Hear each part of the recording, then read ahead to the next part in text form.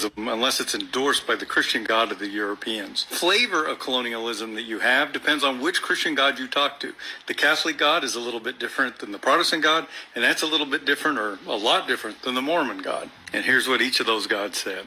Columbus discovered the New World in 1492, which came as quite a surprise to all the people who were already living here. So in 1493, the year after Columbus gets back from his first voyage, the king of both Portugal and Spain go running to the Catholic Pope and ask for direction on what they should do about all this new land that they discovered and the people that lived in it. Now, the thing you need to know about Pope Nicholas V is he was incredibly corrupt, and he was also a Spaniard.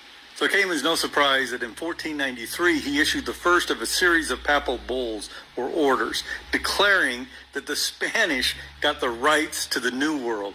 Portugal got everything to the east, which included a lot of Africa and was used to justify the slave trade. And what the Pope said is, yeah, there are these people there, but because they're Christians, they don't have the right to own the property like a Christian would. Instead, they simply occupy it.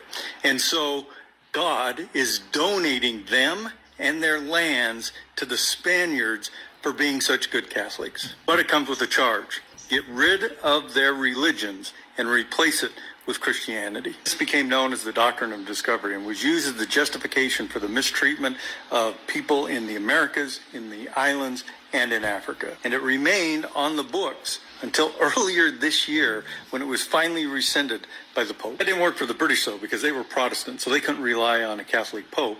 Instead, what they did was they just shifted the right from the ecclesiastical leader to the monarch, the King of England, and gave him the right because God had ordained him in order to rule over all of these other people. When the United States declared themselves free from the monarchy, they also got rid of the right to govern all of the Native Americans and take their land.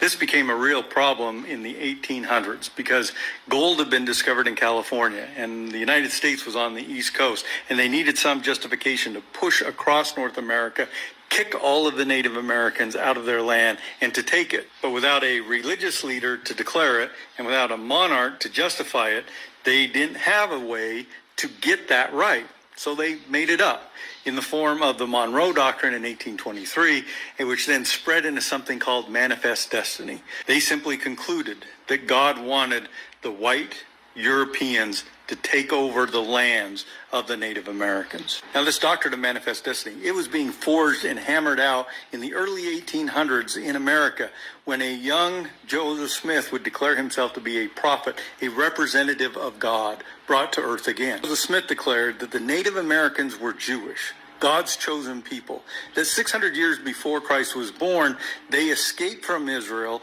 and were brought by God to the Americas in order to populate it. Now that creates a political problem for Mormons. Other Christians simply declared that Native Americans were heathens, unworthy of the benefits of Christianity and the ownership of property that it brought with it.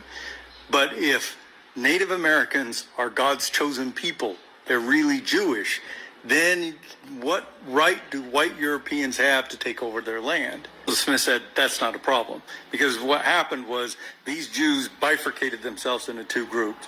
One he called the Nephites, and they were white and good. One was evil, the Lamanites, and they were brown. These two tribes battle with each other until finally the Lamanites kill every one of the Nephites and wipe all the white Nephites off of the earth.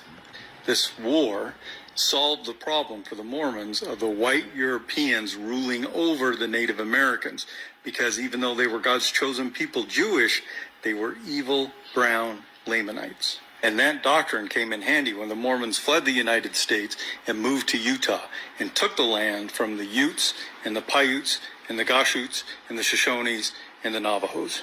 So all of this colonialism, all of this taking away the lands and the cultures of the native people of the Americas had its root in the religion and the version of God that religion picked of the colonial power.